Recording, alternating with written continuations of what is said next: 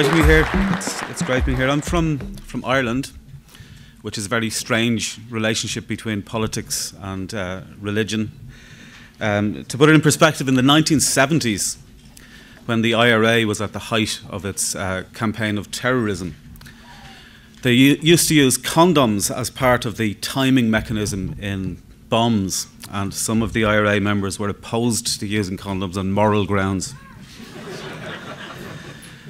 I'm going to suggest today, in terms of blasphemy laws, a couple of things. One, I'm going to argue that, first of all, that blasphemy laws are central to the campaign for secularism. I'm going to argue that they are both, they're simultaneously silly in the context of Western democracy and dangerous in the context of Islamic states. And that there is an overlap between both of those in terms of the Islamic ideas of blasphemy and apostasy influencing life in Western democracies, and the Western democracies' ideas of freedom of expression influencing Islamic states, both in terms of campaigns to support individuals in Islamic states who are suffering under Islamic blasphemy laws, and also in terms of the ongoing battle at the United Nations between the Western democracies and the Islamic states about blasphemy and defamation of religion. And finally, I'm going to say a little something about our shame in Ireland at being the only Western democracy to pass a new blasphemy law in the 21st century, reversing decades of progress in the Western side of the world. As I said, the context of the campaign against blasphemy laws is that it is absolutely central to the campaign for secularism.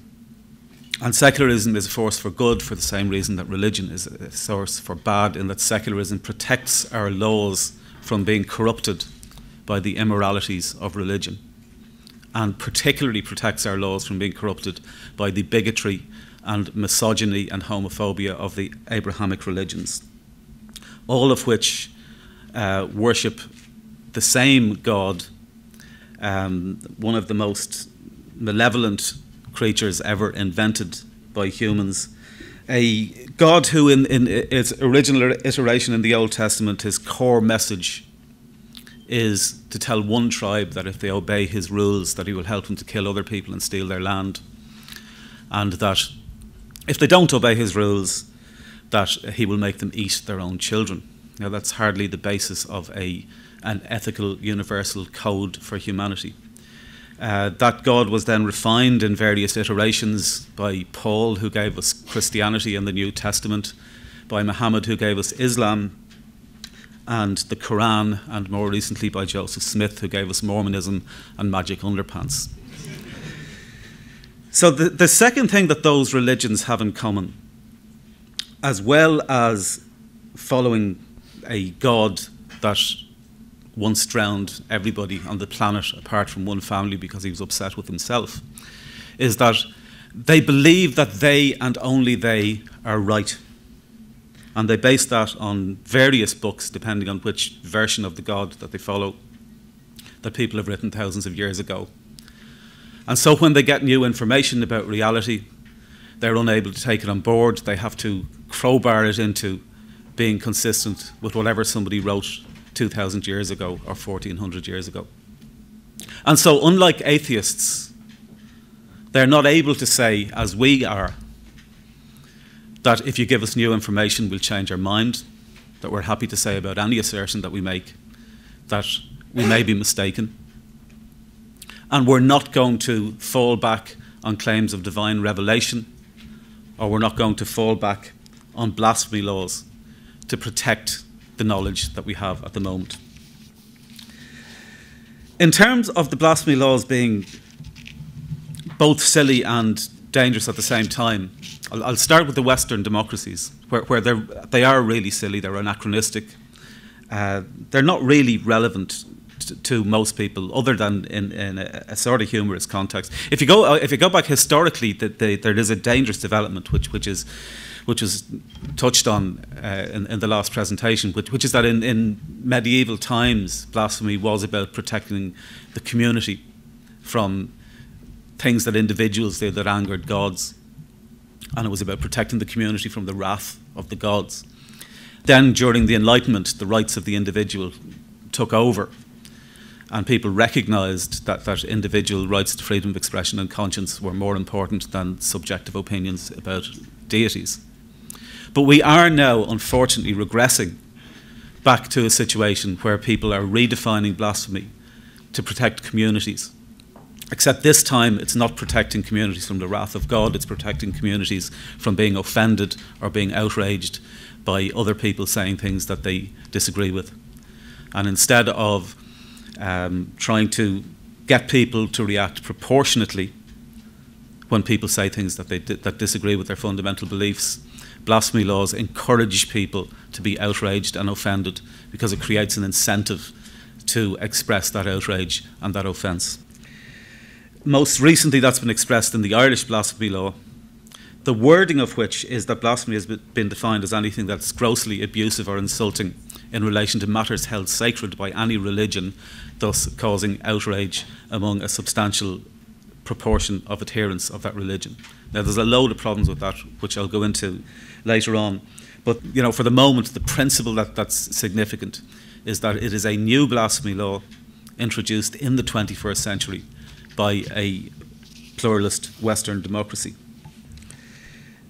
Despite that, it is fair to say that in Western democracies that blasphemy laws in recent decades have been, you know, more or less confined to satire and humour. Things like the Life of Brian, which was banned. More recently, the attempts to take blasphemy charges against Jerry Springer, the opera. You know, that's in terms of just purely internal Western democracies, and blasphemy against Christianity, say, that tends to be the area in which it's most prevalent today.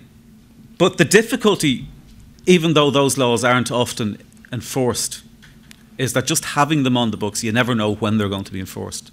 You never know when somebody somewhere is going to decide that their conscience is dictating to them that they have to enforce some theological law or other. It most recently happened back in the 70s with the gay news case in America. Fortunately, that helped to lead to, or in Britain, fortunately that helped to lead to the repeal, ultimately, of the British blasphemy law. But it is still a dangerous thing just to have them there. Now, in Islamic states, it's far more dangerous. It's just such a different reality, and unless we think of it in terms of, unless we be tempted to think of it in terms of sort of hypothetical situations. I mean, later on, most of us will be here, I hope, to listen to Taslim Nasrin, who has been forced into exile and has had several death threats against her on the basis of blasphemy for her poetry and her autobiographies and her novels.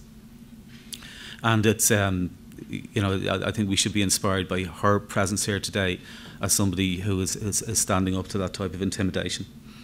There are a couple of other cases that I would like to see people here be aware of and campaign on.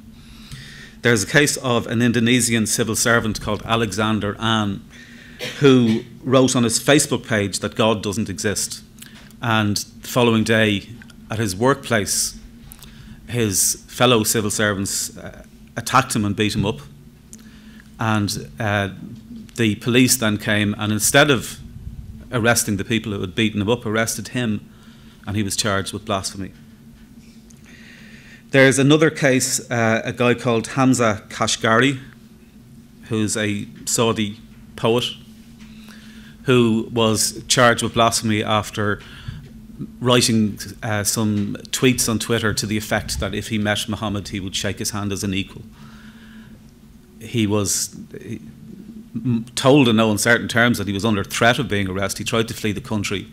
He got extradited back and has been put under pressure. He's a Muslim. He's been put under pressure to recant that apostasy. We've had Pakistan just recently closing down Twitter for a few days after the Draw Muhammad Day thing came up again. It's one of the key battlegrounds really at the moment is the internet.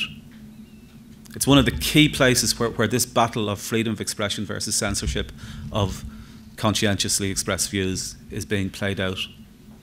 It actually reminds me of in the mid-1990s when the internet was just catching on, and at least the World Wide Web was.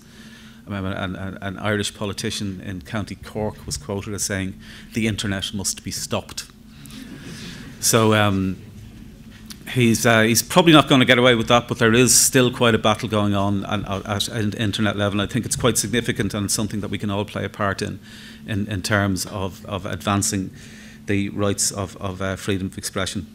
Particularly like the last one in terms of Pakistan. Like Pakistan is just an appalling place in terms of blasphemy laws. I mean, we've had 2 politicians killed there in recent years. The governor of Punjab and the Minister for Minorities. One of them killed by one of his own bodyguards.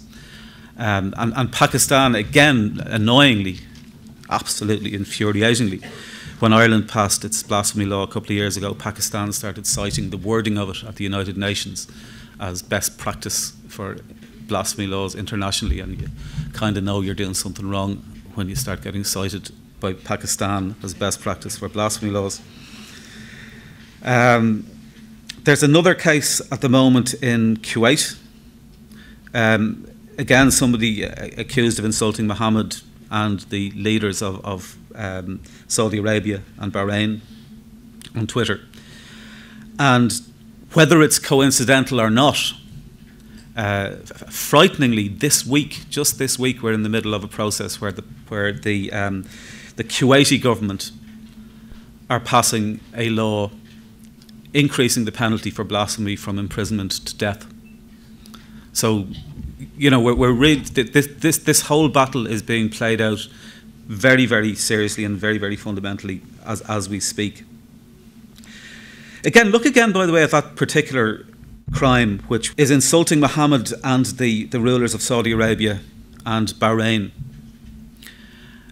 And it gets to the heart of what blasphemy charges are used for in all cases, really. I mean, going back to the book of Exodus, when you were told not to revile God or the leaders of your tribe, is that blasphemy laws are used not to protect theology. They're used to prop up political positions, and they're used to suppress opposition and to suppress free thinking. And particularly in Islamic countries, they are poorly defined laws. There's very poor due process. Even an allegation of blasphemy against you can be enough to either have you jailed until such time as you repent whatever it is you're supposed to have done, or to have a violent mob attack you, your house, and or your family. So just being accused of blasphemy in those states is enough of a problem without having any form of due process.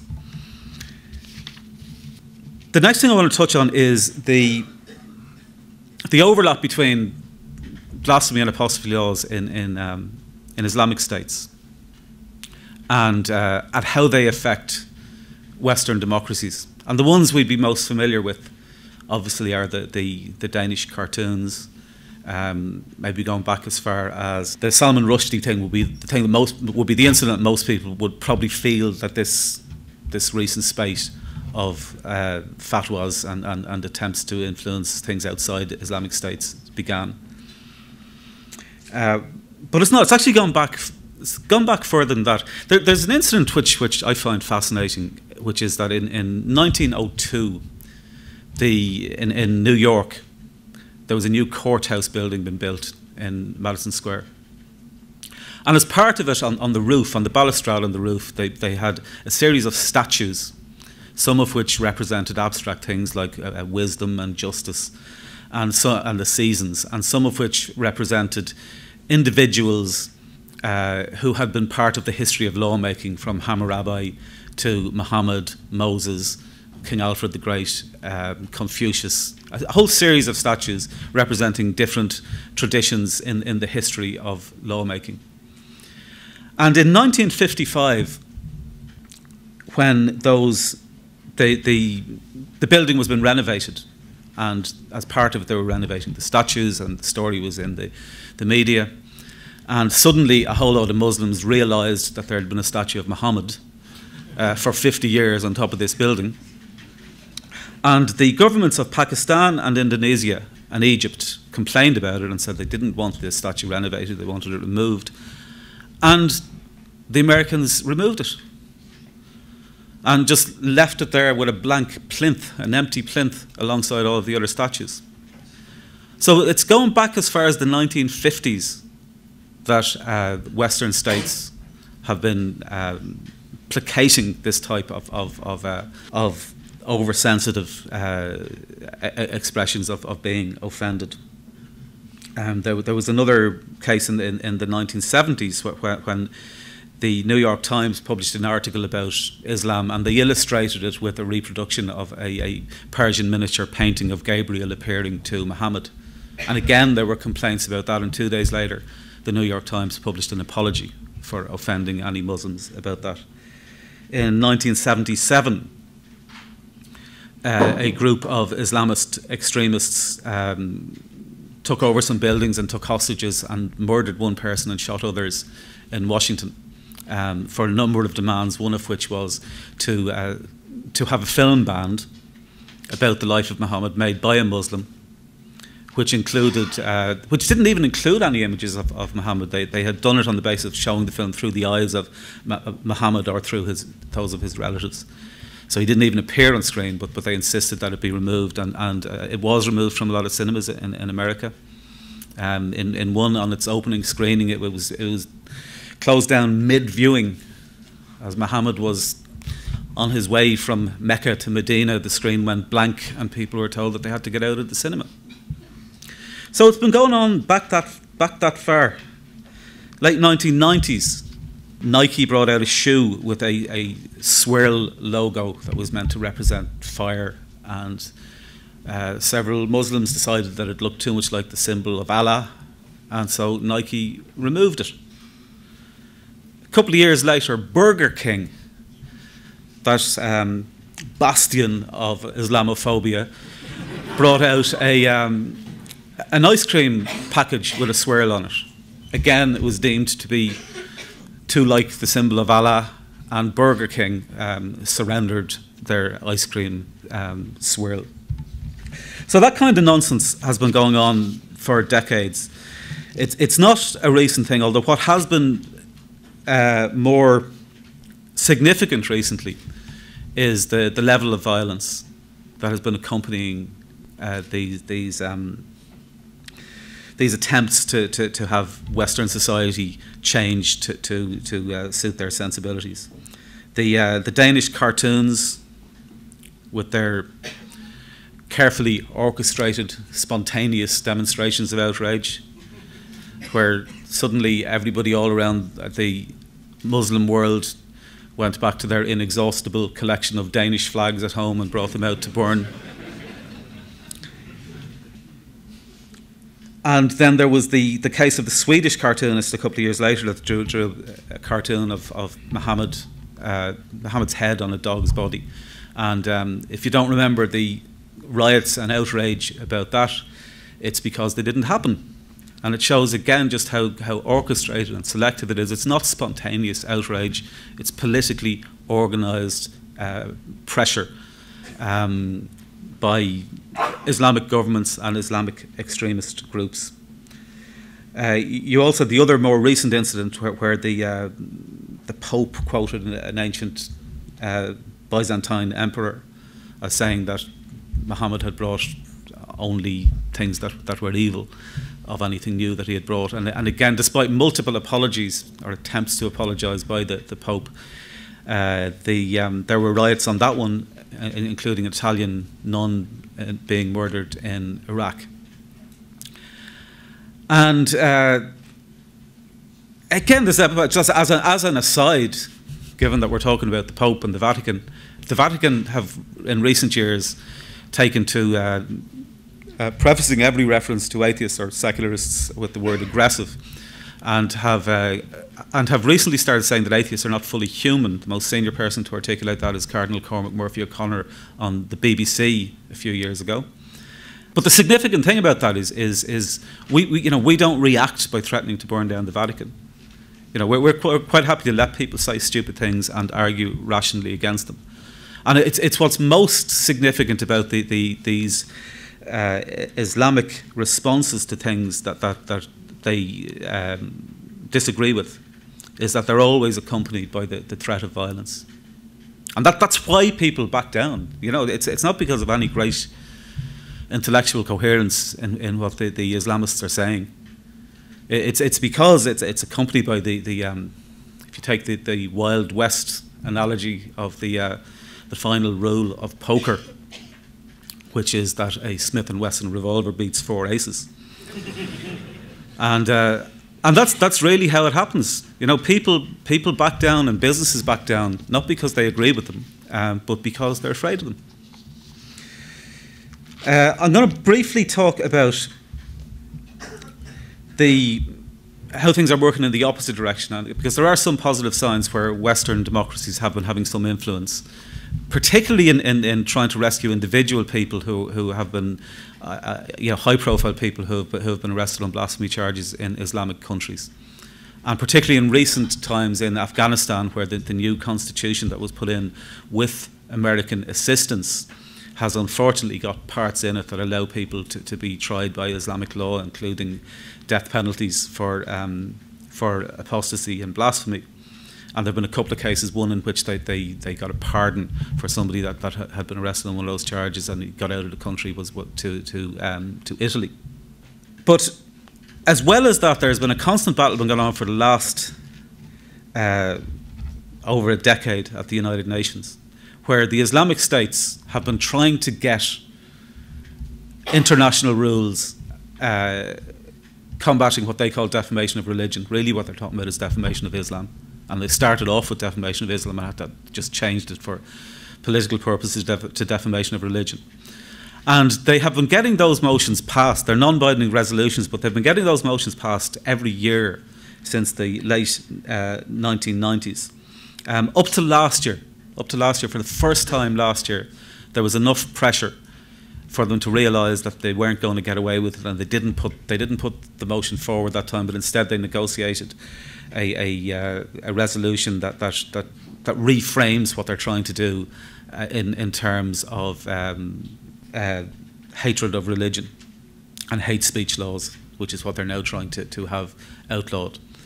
But it's not hate laws in the context of, let's say, if you take in America, where there are hate laws or hate crimes, but they're an existing crime that is accompanied by a hate motive. But they don't just have crimes in terms of expressing hatred.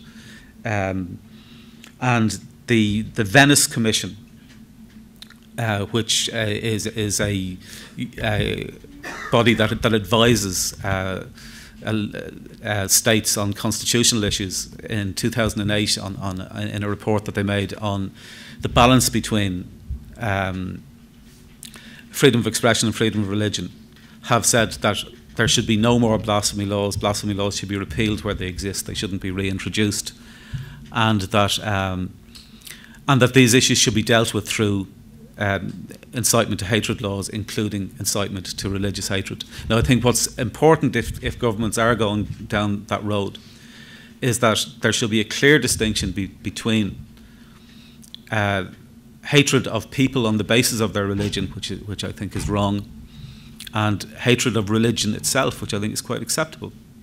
The idea of protecting ideas as opposed to protecting individuals is where I think we have to draw the line. Thank you very much. So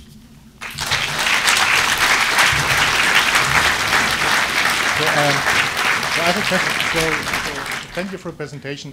Now I'm actually a little bit disappointed by your presentation, because you told us if we do blasphemy, we are with some right-wing people, and you told us that we really should be scared if we do blasphemy. And so I really miss the fun part of blasphemy, and in this presentation. And this goes in this direction. So in the internet, there's a campaign of some people like Thunderfoot who say we have to do more blasphemy so that the religious people get used to it. And what do you think about this? I didn't say we should be scared. I said people are scared. I don't think we should be scared. Atheist Ireland has a campaign against the Irish blasphemy law, and because it is simultaneously, as I say, a silly law as well as a dangerous law, as well as our political campaigning, one of the things that we did to ridicule it was the Justice Minister who introduced the law was a man called Dermot Ahern. So we formed a new religion called the Church of Dermatology to worship Dermot Ahern. And our beliefs were, there's a Facebook page where you can become a member of the Church of Dermatology on Facebook. Our core beliefs are that Dermot Ahern created the world out of nothing, that ice cream wafers are literally the body of Dermot Ahern, and like the Mormons, we have magic underwear.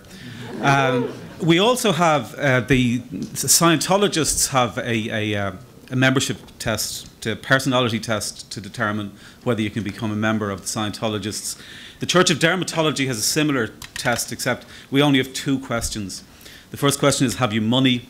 The second question is, are you vulnerable? And if you get both of those right, you're in. So that's hopefully an answer to your question. My question is about the UN. I don't know exactly which is which, but there are 2 UN human rights things. The one is the Council and the other one I don't know. But I read half a year ago, it was very unspectacular, not really in the media, that I don't know which is which, but the expert gremium said that blasphemy laws are not legal for countries who signed the UN Human Rights Charter or Convention. Have you heard about that, and can you elaborate what effect this will have on Europe, for example, on the blasphemy laws in Ireland? There are several monitoring bodies internationally for laws including blasphemy. There's the United Nations, the Council of Europe, and the European Community, each of which have their own legislative bodies and or monitoring bodies for treaties that states have signed up to. The most recent legal position internationally on blasphemy laws is not that they are unconstitutional. It is that the test is that they are provoking imminent public disorder or violence. Countries are allowed to have a blasphemy law if that is the threshold. There's been nothing specific in terms of how far, exactly how you define that threshold or not, but that is the only threshold that has been defined in a particular case. The Venice Commission report is the most recent comprehensive attempt to balance the rights of freedom of expression and freedom of religion. And its recommendations, as I said earlier, are that there should be no blasphemy laws, but that there can be incitement to hatred laws that can include incitement to religious hatred. Gunnar, can I ask you a question? John Pearson from Atheist Ireland. I think you were saying it was section 166 of a German code. Yes. Now, the first question is, was that a civil code or a criminal offence? It's a criminal. That's dreadful. The next question is, was that all 3,000, 4,000 gods or just one of them? Yes. So wie das Gesetz formuliert ist, betrifft es alle Götter. Aber in der Realität war es bis vor ganz wenigen Jahren, also bis vor 3 oder 4 oder 5 Jahren so, dass ausschließlich die beiden großen Kirchen davon profitiert haben. Es gab in den 80er und 90er Jahren eine ganze Reihe von Versuchen von säkularen Verbänden, als Kirchenvertreter übelste Beschimpfungen, also zum Beispiel die Formulierung, dass Atheisten keine Menschen seien, oder dass die Atheisten auf dem auf dem Niveau, moralisch auf dem Niveau unterhalb von Tieren lägen. Das war so eine Formulierung. Und da gab es dann Versuche von säkularer Seite dagegen mit dem Paragraph vorzugehen und oh Wunder, er wurde natürlich nicht angewandt. Also das heißt, im Gesetz ist es so formuliert, dass eigentlich jeder Glaube, nicht nur Glaubensrichtung, auch Weltanschauungsrichtungen davon geschützt ist. In der Praxis war es tatsächlich bis vor ganz kurzem so, dass ausschließlich die christliche Religion davon geschützt wurde. Just finally, in the Irish Constitution, there is a requirement to have an anti-blasphemy law. Yeah. So that is why a new blasphemy law was brought in 2010. Does the German Constitution require an anti-blasphemy law, or did somebody just decide to throw one in there? No, something like that doesn't exist. It's historical appendix. I showed that in the first criminal code, I'm not sure whether the word is right, from 1872, the article was formulated or was in it, and then it was never abolished since then. You mentioned that many of these religious people don't think identity change is possible for them.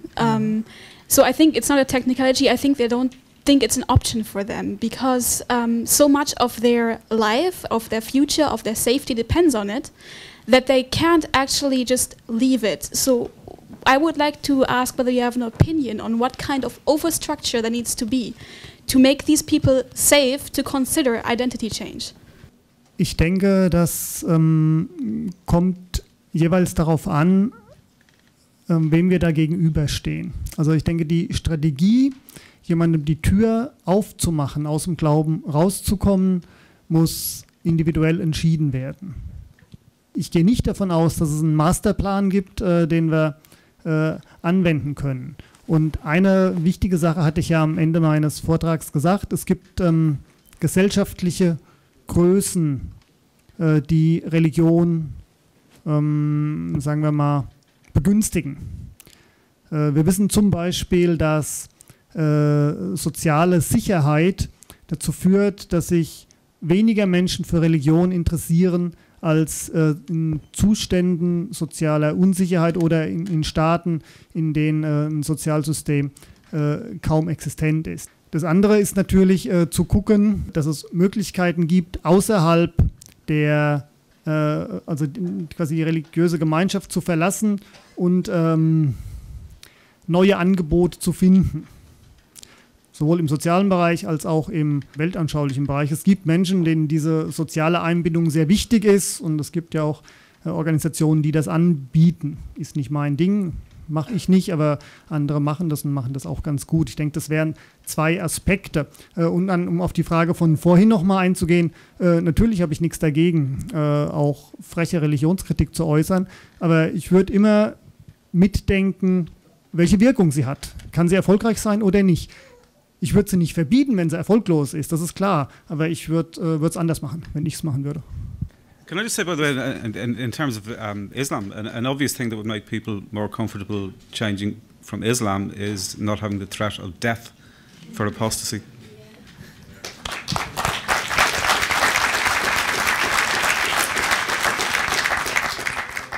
So I'm from the Indonesian atheist group, and you mentioned Alex Ahn case, and it's not about just about Alex Ahn. There's a lot of cases like that recently with all kinds of minority groups become victimized by the same blasphemy law, like the Ahmadis, the Shia, and the patterns is always the same. It's like some Islamic thugs come attacking some event or some victim, and the police come and protecting the victim by arresting them. And we actually, in Indonesia, we already tried to apply for judicial review against that blasphemy law, but it was rejected in the early 2010, and the judges said that the blasphemy law is needed to keep public order. So the police also often saying something equivalent to this, to saying something equivalent to saying like, I'm saving you by jailing you. They want you dead. I'm just telling you. Do you have? Can you help me in providing strong argument against that kind of rhetoric? Yeah, what's particularly, I mean, that the Indonesian blasphemy law was challenged, as you say, a couple of years ago, and on the day that the judgment was being made, there were riot police in the streets in case the judgment went the wrong way, because there would be riots. Some of the legal team for the people trying to challenge the constitutionality were beaten up within the courthouse. And again, annoyingly enough, and this is why I keep going back to the both symbolic and real problems caused by the Irish blasphemy law, is one of the arguments that was used by legal people during that whole issue when the Indonesian blasphemy law was its constitutionality was being challenged was, well, Ireland has just passed a new blasphemy law. You know, there's nothing unusual about blasphemy laws. So yeah, it is very dangerous. To answer your question in terms of what can be done, what I think is very important is that there is solidarity between atheist and other secular and human rights groups around the world on this particular issue. Both in terms of creating high-profile support for individual cases, because if there is high-profile support, it's more likely that an individual person is going to either escape being killed or have their sentence reduced. But also to have that campaign at United Nations level, also at the OSCE this year. Very significant thing this year. Ireland is chair of the OSCE this year. And is saying that freedom of expression is one of the things that we're going to be campaigning for. So if people here have an opportunity to contact the Irish government on that issue and say, during your chairpersonship of the OSCE, take up these blasphemy cases in other countries where people are being threatened with death. Thanks. One thing is certain, that the problem is going to be more and more serious. We have Mr. Yunus here, who's been banned in Pakistan for the same thing. But I don't think he is much marketed. So the problem is going to be serious. The state and other institutions are going to be more and more weak. So under this situation, with the knowledge that this group has, historical, in-depth, width, the spirit and the IT-led changes which are taking place. My question to all three and also to the group will be, there is need to enhance the width, the depth, the magnitude and also the height of raising questions. Questions which cannot be easily answered by the so-called fundamentalist. I come from Delhi. And I am observing, now I am 66, I am observing the change which is coming, and more fundamentalists are assuming role in the state and police. And what brother from Indonesia said, and what he had raised the question, the answer has to be around. Please think over it. Raise more and more questions. Look for people beyond atheism, those who are prepared to question, those who have a fighting ability, raising questions, and then also documenting the role of media and raising, in short, level of questioning so that the answers become difficult and we go to more and more toward truth, science, and civility in the society. Please think over it, and everybody will have to ponder on this. Thank you very much.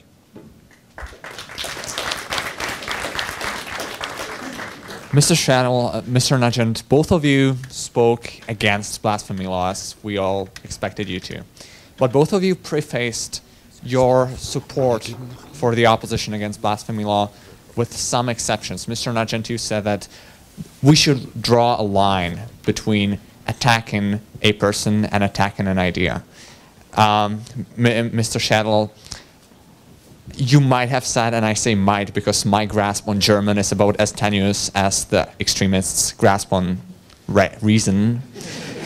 I think that you said that we should be allowed to speak against religion in any way insofar as we help emancipate an individual.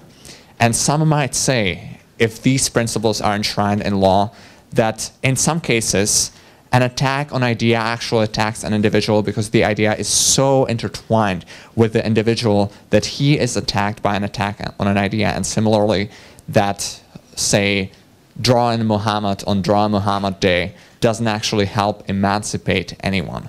So in that case, it only serves to attack those people who take this idea way too seriously. And I think that those ideas are tenuous, but I'd ask you if you could please provide perhaps a stronger position, because these ideas, if enshrined in law, might still be open to an attack. Thank you. Okay, well, on the identity issue, I simply don't accept that because somebody believes an idea is so fundamental to their personal identity, that an attack on that idea is an attack on them.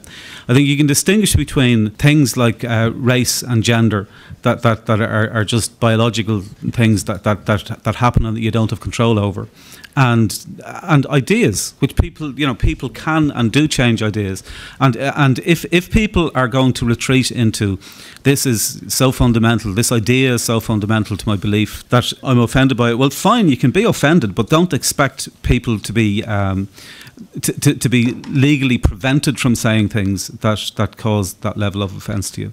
I think that distinction is reasonably clear to me. Okay, ich will dann zunächst mal eines klarstellen. Ich gehe natürlich nicht davon aus, dass Religionskritik, auch die Religionskritik, die ich jetzt für nicht unterstützenswert ansehe, verboten werden soll. Das ist keine Frage der juristischen Ebene, da bin ich ja in der Anti-166-Szene seit über 20 Jahren aktiv. Also diese Paragraphen sollen abgeschafft werden. Über was ich gesprochen habe, war eine Frage unserer strategischen Ausrichtung, was wir tun sollten. Das heißt nicht, dass ich dafür bin, das andere zu verbieten. Das war keine juristische, sondern eine politische Aussage. Das ist das Erste. Und das Zweite, ich sehe Religionskritik als Kommunikation an. Natürlich wird jemand wie Ayatollah Khomeini oder irgendwelche Opus Dei-Oberen sich über jede Form von Kritik aufregen. Das sind aber auch Leute, die für emanzipatorische Schritte weitestgehend verloren sind, oder zumindest im statistischen Mittel. Es wird den einen oder anderen geben, der auch aus dieser Szene sich mal emanzipiert, aber im statistischen Mittel wird dort keine Emanzipation stattfinden. Das heißt, das sind nicht die Leute, die ich mit Religionskritik anspreche. Ne, es ist mir egal, was die darüber denken, die können sich ruhig aufregen. Bei dieser Überlegung, die ich angestellt habe, ging es mir um die Menschen, die Religionskritik sehen und möglicherweise aufnehmen. Ne? Und das ist da in dem Moment meine Zielgruppe und für die muss es passen. One of the points that was made earlier on, I think, was about solidarity with other groups beyond atheism, and I think that's correct. I think that's important. I think particularly in Islamic countries, a lot of Christians are persecuted, and a lot of people from other minority religions, Baha'is and others, and in any Islamic state, members of whatever the minority Muslim sect within that state can be discriminated against with blasphemy laws. Now, so I do think on this issue, I think it is important enough that we should be building alliances with people from other religions. I would be happier if there was a sense of reciprocity, and we also got some solidarity from the Christian religion on things like, gay rights and women's rights, but I wouldn't be holding my breath waiting for that.